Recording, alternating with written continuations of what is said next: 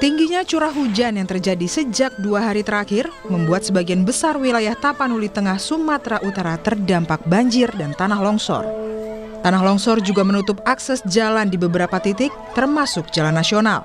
Banjir bandang dengan arus besar juga turut menghantam permukiman warga. 4 orang yang merupakan satu keluarga dinyatakan meninggal dunia setelah rumahnya tertimbun longsor. Ya, beberapa titik jalan, ruas jalan itu terputus. Begitupun dengan akses jalan utama, jalan nasional dari Tarutung ke arah Pandan dan Sibolga. Nah, kemudian beberapa jalan-jalan kabupaten itu juga terputus. Nah, potensi longsor itu masih sangat memungkinkan. Malam ini sampai tengah malam nanti kami akan rapat Forkopimda untuk menetapkan status tanggap darurat. Kami pemerintah sedang mengupayakan itu untuk titik-titik evakuasi. Nah, itu ada GOR, aula kami yang kami siapkan untuk menampung evakuasi warga, terutama yang banjir sangat meluas, itu ribuan warga yang terdampak. Kemudian kami berkoordinasi dengan tempat ibadah, sekolah, dan fasilitas pemerintahan lainnya yang bisa kami gunakan untuk melakukan evakuasi.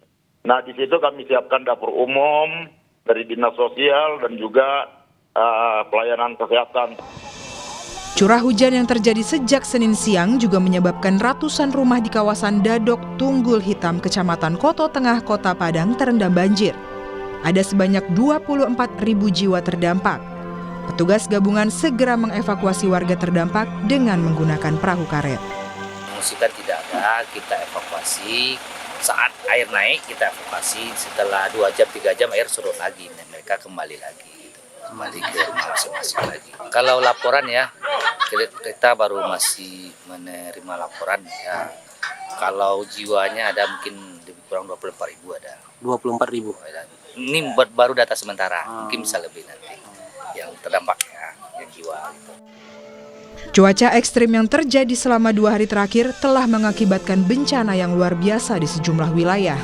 Tak hanya merusak jalan, rumah warga pun banyak yang rusak, bahkan hingga terbawa arus banjir bandang. BMKG mengimbau masyarakat yang berada di wilayah terdampak untuk meningkatkan kewaspadaan terhadap potensi cuaca ekstrim. Tim Liputan, Kompas TV.